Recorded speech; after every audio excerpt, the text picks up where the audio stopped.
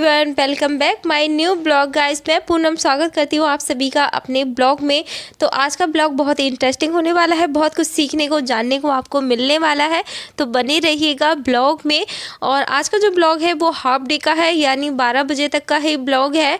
तो इससे आगे मैं ब्लॉग नहीं शूट कर पाई थी बिकॉज मैं सो गई थी वीडियो एडिटिंग करने के बाद में। लास्ट में बताऊँगी मैं आपको कि आज का जो ब्लॉग है वो फुल डे का मैं शूट क्यों नहीं कर पाई हूँ, क्योंकि बस कुछ रीज़न था उसके पीछे। तो अभी मॉर्निंग का टाइम है, झाड़ू पोछा सारा हो गया है, मैंने अपने बालों में ऑयलिंग वगैरह कर ली है।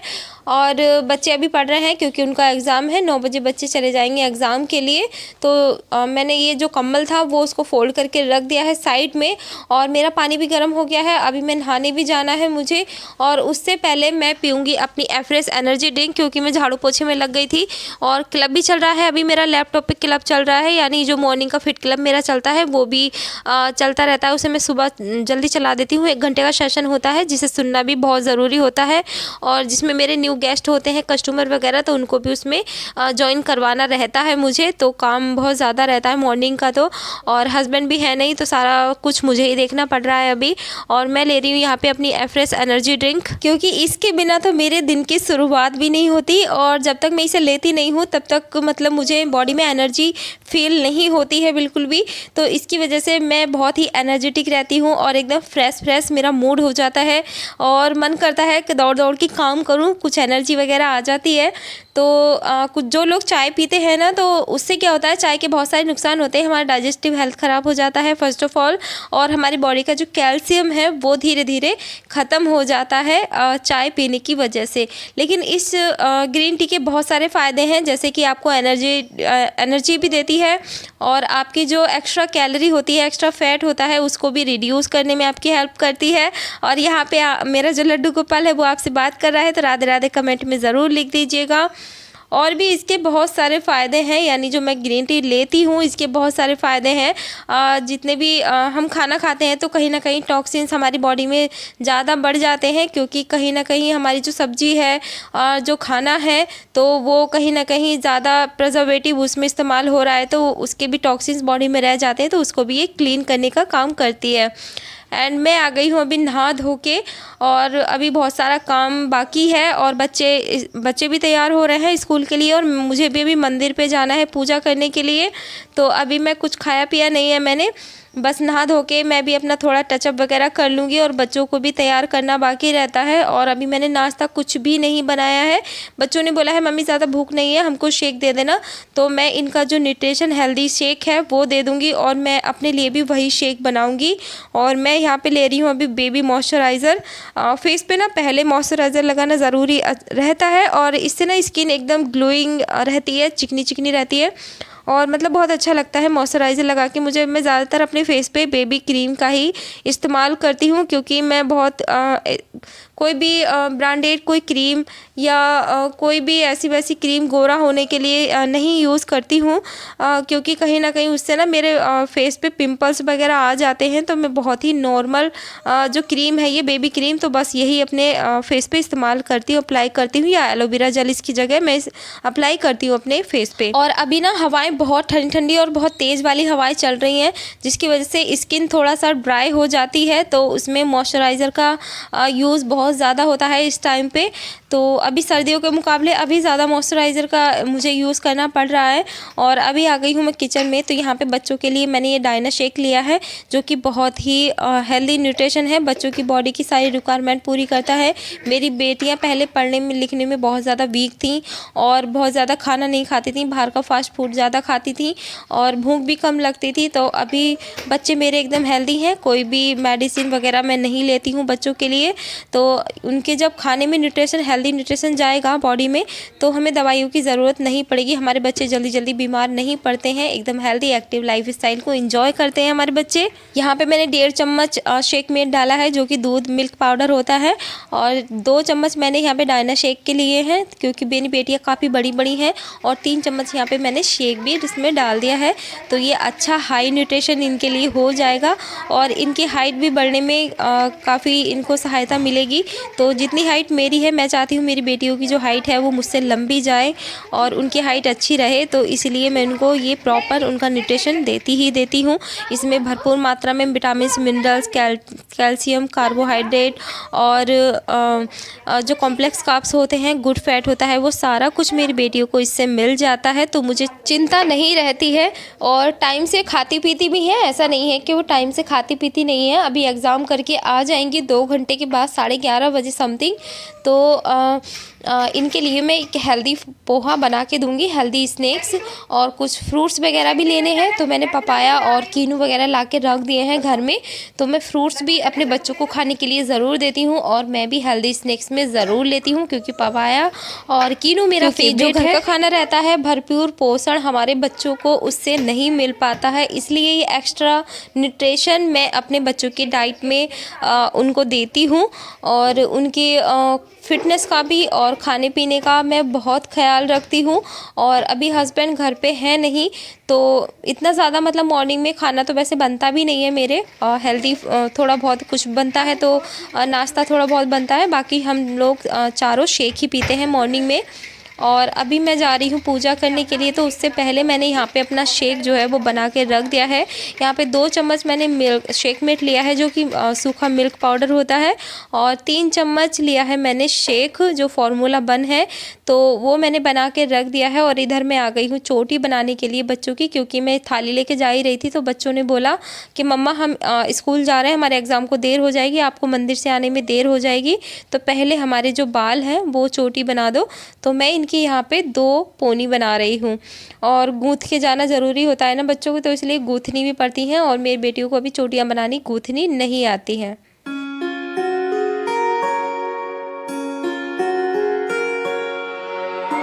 और इनके एग्ज़ाम की भी मुझे प्रॉपर तैयारी करवानी पड़ती है। अभी सुबह से तैयारी चल रही थी इनके एग्ज़ाम की, तो काफ़ी अच्छे से प्रिपेयरिंग कर ली है बच्चों ने।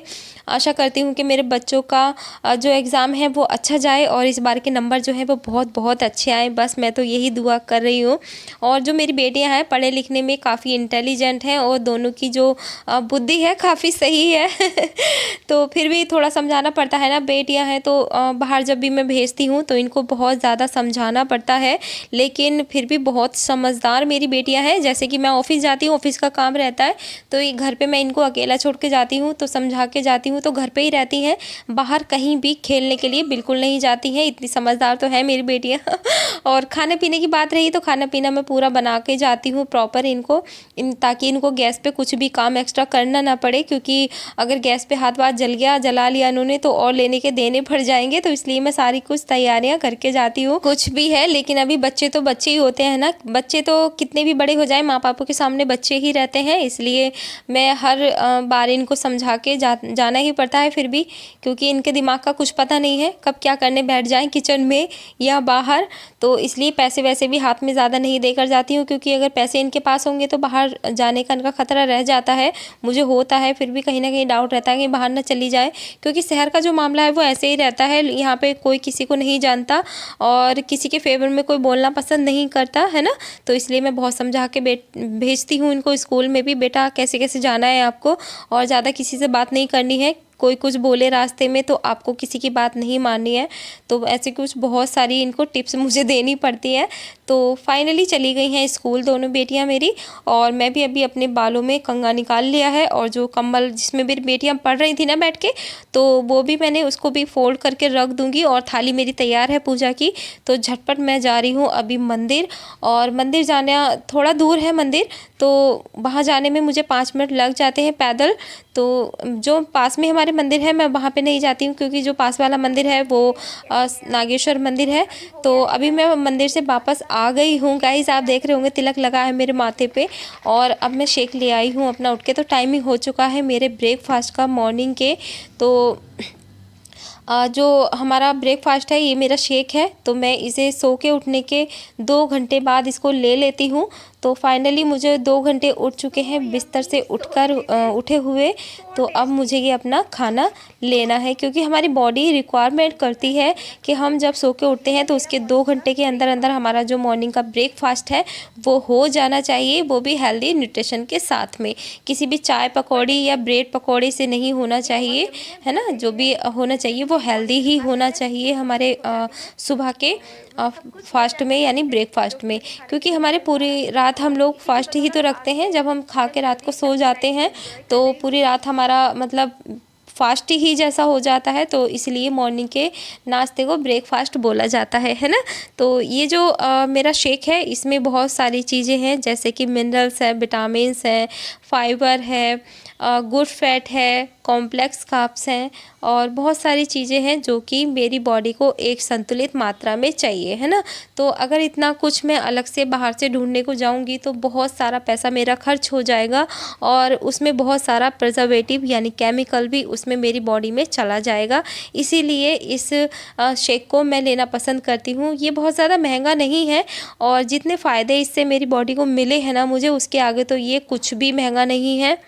और मैं इस वाले शेक के ना मेरे हस्बैंड भी बहुत ज़्यादा लवर हैं। उन्होंने अपना 20 kg वेट लॉस किया है और मैंने भी अपना 10 kg वेट लॉस किया है। मुझे गठिया की प्रॉब्लम होती थी, बहुत ज़्यादा परेशान रहती थी और बहुत सारी दवाइयाँ 10 सालों से मैं खा रही थी। तो बहुत ज़्यादा अनहेल्दी लाइफ स्टाइल को मैं इंजॉय कर रही थी पहले। इंजॉय नहीं कह सकते उसे, लाइफ को काटना कहते हैं, क्योंकि कहीं ना कहीं मैं लाइफ को काट रही थी और कहीं ना कहीं भगवान से ये रिक्वेस्ट करती थी कि कब मैं ठीक होंगी, कैसे ठीक होंगी, भगवान जल्दी से मुझे ठीक कर दे या तो फिर उठा ले, है ना। जब हम बीमार और परेशान होते हैं तो ऐसे ही बातें दिमाग से या मन से हमारे निकल जाती हैं। तो वैसे ही मैं भी सोचती रहती थी और जो मेरे हस्बैंड थे उनकी भी हालत बहुत ज़्यादा डाउन रहती थी, बच्चों की भी हालत बहुत ज़्यादा डाउन रहती थी और महीने में 4-5 विजिट हमारी डॉक्टर के पास की हो जाती थी। पर जब से हमने इस न्यूट्रिशन को लेना शुरू किया है तब से हमारी डॉक्टर विजिट 1% हो गई है। कभी कदार जैसे खांसी जुकाम हो गया बच्चों को तो नॉर्मली 1-2 गोलियों से ही वो ठीक हो जाता है, हमें बहुत ज़्यादा मेडिसिन की ज़रूरत नहीं पड़ती है। और जो भी प्रॉब्लम मेरे साथ चल रही थी, जैसे कि गठिया था, डाइजेस्टिव हेल्थ ख़राब थी, पैरों में दर्द रहता था और नींद नहीं आती थी और एलर्जी बहुत ज़्यादा बॉडी पे होती थी, रेडनेस होते थे बॉडी पे बहुत ज़्यादा। तो अभी सभी चीज़ों में मुझे बहुत ज़्यादा रिलीफ है, अब बहुत मज़ा आ रहा है, अब लाइफ को अच्छे से एंजॉय कर रही हूँ। हम पोहा मसाले ले लिए हैं मैंने सारे, तो पोहा बन रहा है और इधर मैंने मूंगफली के दाने निकाल लिए हैं, तो तेल चढ़ा दिया है। तो अभी टाइम हो चुका है 11:30 बजे का और बच्चे बस 5 मिनट में आने ही वाले हैं। एग्ज़ाम हो गया होगा उनका कंप्लीट। तो यहाँ पे मैंने पोहा बनाना स्टार्ट कर दिया है उनके आने से पहले पहले, क्योंकि बच्चों को क्या होता है ना, उनको अभी बहुत ज़्यादा तेज़ी से भूख लग रही होगी और एग्ज़ाम करने के बाद तो बहुत तेज़ी से भूख लगती है ना। तो बच्चे बस आने ही वाले हैं। यहाँ पर मैं बना रही हूँ पोहा। तो मैंने राई का तड़का लगाया है यहाँ पर, राई की, क्योंकि मेरे पास ना करी पत्ता नहीं है तो मैं राई का तड़का लगा देती हूँ और जीरे का, और हरी मिर्च, प्याज, गाजर, शिमला मिर्च वगैरह मैंने यहाँ पे डाल दिया है। पोहे में जितनी ज़्यादा वेजिस हो इतना ही ज़्यादा पोहा अच्छा लगता है और आपको अच्छा लगता है। अगर आप मेरी वीडियो देख रहे हैं और आपको पोहा पसंद है तो मुझे एक कमेंट में ज़रूर बताइएगा कि आपको किस किस को पोहा पसंद है और मैं आपका नेक्स्ट वीडियो में ज़रूर नाम लेने वाली हूँ। और यहाँ पे थोड़ी सी ना मैंने फ्राई कर ली है सब्जियां जो थी, तो मुझे ना बहुत ज़्यादा इसे कुक नहीं करना है, थोड़ी क्रंचीनेस इनमें बनी रहेगी, बस इतना ही फ्राई करना है, बहुत ज़्यादा मुझे फ्राई नहीं करना है। और पोहे में सब्जियां बहुत ज़्यादा टेस्टी यम्मी लगती हैं और पोहे में भरपूर मात्रा में प्रोटीन होता है और सब्जियों में भरपूर मात्रा में विटामिन होते हैं, मिनरल एंड फाइबर तो मिलता ही मिलता है। तो जितनी ज़्यादा वेजिस हो सके आप उतनी ज़्यादा डालिएगा, ये हमारी सेहत के लिए बहुत ज़्यादा अच्छी रहती हैं। तो फाइनली पोहा बनके तैयार है। तो सबसे पहले मैं दे दूंगी अपने लड्डू को, यानी लड्डू के लिए मैंने कटोरी लगा ली है। बच्चे आ गए हैं गाइस और मैं लगाऊंगी अब अपने बच्चों के लिए यहाँ पे पोहा। तो मेरे मुंह में तो पानी आ रहा है अभी, तो बहुत यम्मी और टेस्टी लगता है पोहा, मेरा फेवरेट है। वैसे मेरे घर में सभी का फेवरेट है, मैं ये नहीं कह सकती ये मेरा ही फेवरेट है क्योंकि सबसे ज़्यादा तो मेरे हस्बैंड और मेरे बच्चों को बहुत ज़्यादा पसंद है। तो यहाँ पे मैंने जो मूंगफली के दाने मैंने भून के पहले निकाल लिए थे, रोस्ट कर लिए थे, तो वो काफ़ी अच्छे हो गए हैं, कुरकुरे हो गए हैं। तो मैं मैं ये भी डाल के बच्चों को दे दूँगी। और ये लीजिए गाइस, बन के तैयार है यमी यमी टेस्टी सा पोहा। सो गाइस आ जाइए खाने को। तो यहाँ पे मेरे बच्चे तैयार हैं गाइस, खा रहे हैं दोनों पोहा, एंजॉय ले रहे हैं पोहे का। एंड आज का मेरा ब्लॉग आपको कैसा लगा है कमेंट करके ज़रूर बताइएगा। चैनल पे नए आते हैं तो प्लीज़ सब्सक्राइब ज़रूर करिएगा। और कहाँ से मेरा ब्लॉग देख रहे हैं कमेंट में ज़रूर बताइएगा। बाय बाय, स्वस्थ रहे मस्त रहे।